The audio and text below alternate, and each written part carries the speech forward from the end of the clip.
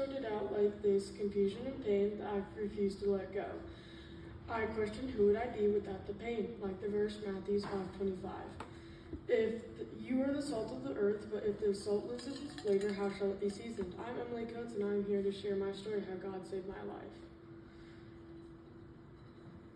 I have gone through lots of trauma, like my parents leaving me, but I was blessed with getting adopted. I struggled with mental health for about 8 years. There were a couple of times I wanted to give up. On October 22nd, 2024, I wanted to end something that I wouldn't be able to take back. I went to a couple of mental places and went back to the pain every time I got out.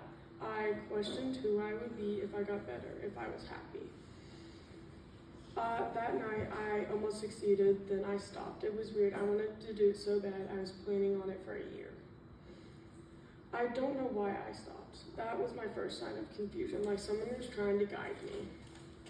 But no one was there, just me, myself, and I. A year later, on September 4th, 2025, I tried again once more.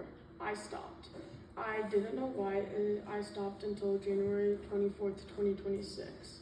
I was in another place to get help. A thought played in my head how my Nana would always talk about God, and she almost died, and God spoke to her.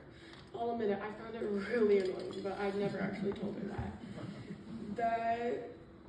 But right after that thought, I realized why both times I tried and stopped. It wasn't because of anyone trying to stop me, it was me alone. But God was there, even though I couldn't see him, I could feel him. God was there both times. He was he was guiding me, even though I never believed him. For the first time, I sat down and thanked God. The next month, I got discharged and finally let myself start the process of healing and not let pain control my life. I learned that healing doesn't happen overnight. Sometimes God works quietly in our lives, even when we don't notice at first. There were days I felt lost, confused, and tired of fighting my own thoughts. But every time I thought about giving up, something kept me pulling forward. I realized who my protector was. God gave me strength to keep going when I didn't think I had any left. I want people to know that no matter how broken, hurt, or forgotten you may feel, God still sees you. Your story is not over yet. Pain does not last forever, and neither do the hard seasons in life. Sometimes the strongest people are the ones who keep going, even while silently struggling. God can turn pain into purpose, and he can use your story to help someone else feel less alone. Today I'm still healing, still growing, and still learning to trust God more every day. I'm Emily Coates, and I was saved by God.